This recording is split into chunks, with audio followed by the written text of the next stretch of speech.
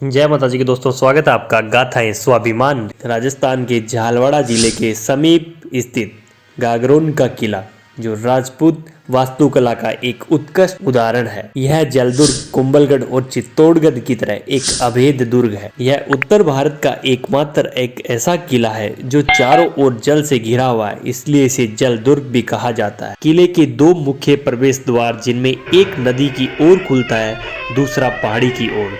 प्राचीन समय में इस किले का इस्तेमाल दोषियों को सजा देने के लिए किया जाता। दोस्तों, गागरोन का किला दक्षिण पूर्व राजस्थान में झालावाड़ से 4 किलोमीटर दूर अरावली पर्वतमाला की सुदृढ़ चट्टान पर काली सिंध और आहू नदियों के संगम पर स्थित एक सुदृढ़ प्राचीर है। इन तरफ नदियों से घिरा होने के कारण यह जल दुर्ग की श्रेणी में आता है।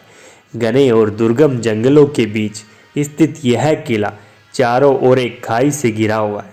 देश में बहुत ही कम ऐसे किले हैं जो चारों ओर जल से घिरे हुए। दोस्तों, सबसे रोचक बात, यह किला देश का पहला किला होगा जिसको बनाने में नींव का उपयोग नहीं किया गया। 12वीं शताब्दी में डोड महाराजा बीजल देव परमार के द्वारा गागरोन के किले का निर्माण करवाया। नाम पर यह किला डोडागढ़ और इसे स्थानीय भाषा में दुलेरगढ़ के नाम से जाना गया। चौहान वंश की शाखा के देवंत सिंह खींची ने 12वीं सदी के उपरांत में बीजल डोड को हराकर दुलेरगढ़ पर अपना अधिकार कर लिया। दोस्तों, चलिए जानते हैं गागरोन किले पर हुए इतिहास के महत्वपूर्ण युद्ध और राजाओं के शासन के बारे में। गागरोन मालवा, गुजरात, मेवाड़ और हाड़ौती का समीपवर्ती किला होने से गागरोन का सामरिक महत्व बढ़ जाता है। 1300 ईस्वी में खींची शासक जैत सिंह ने अलाउद्दीन खिलजी के गागरोन पर आक्रमण को विफल कर दिया था। 1423 ईस्वी में मांडू के सुल्तान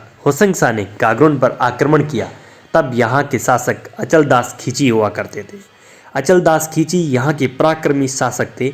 जब होसंग शाह ने इस दुर्ग को अपने कब्जे में ली, तब अचलदास खींची के नेतृत्व में गागरोन का प्रथम साका हुआ, जिसमें गागरोन के दुर्ग की महिलाओं ने जौहर किया और सभी पुरुषों ने केसरिया की और अपनी मातृभूमि की रक्षा के लिए लड़ते हुए वीर गति को प्राप्त हुए। यह गागरोन का प्रथम साका कहलाता है। सन 1437 ईस्वी में इस किले पर प्रथम खींची शासक पाल सनी ने पुनः अधिकार कर लिया। 1444 ईस्वी में मालवा के सुल्तान महमूद खिलजी प्रथम ने इस किले को हस्तगत कर लिया। तब किले की महिलाओं ने जौहर किया और ये गागरोन का दूसरा साका कहलाता है। महमूद खिलजी ने इस किले में एक और कोट का निर्माण करवाकर उसका नाम मुस्तफाबाद रखा। तदंतर राणा सांगा ने इस किले पर अधिकार कर मेदिनी राय को सौंप दिया।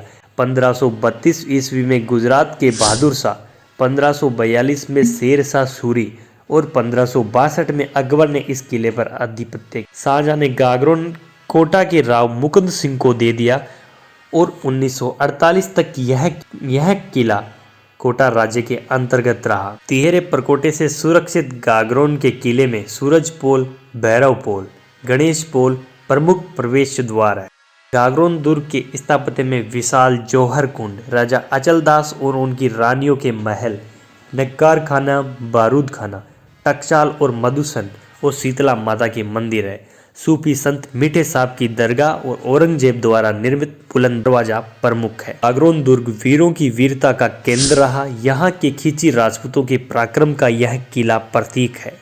यह हिंदू मुस्लिम एकता का प्रतीक गढ़ है, जहाँ संत पीपा की मठ भी है। दोस्तों, इस किले के इतिहास से जुड़ी एक महत्वपूर्ण बात भी है, जहाँ अचलदास खींची यहाँ के पराक्रमी शासक थे। जब होसंग शाह ने इस दुर्ग को अपने कब्जे में ले लिया, तो कभी भी अचलदास के शयन कक्ष और उनके व्यक्तिगत सामान के साथ कोई भी छेड़छाड़ नहीं की। दोस्तों, राजपूत वास्तुकला के श्रेष्ठ श्रेणी के इस किले को साल 2013 में यूनेस्को विश्व विरासत स्थल घोषित किया गया। यहाँ पहुँचने के लिए आप झालावाड़ या कोटा के रास्ते से आ सकते हैं।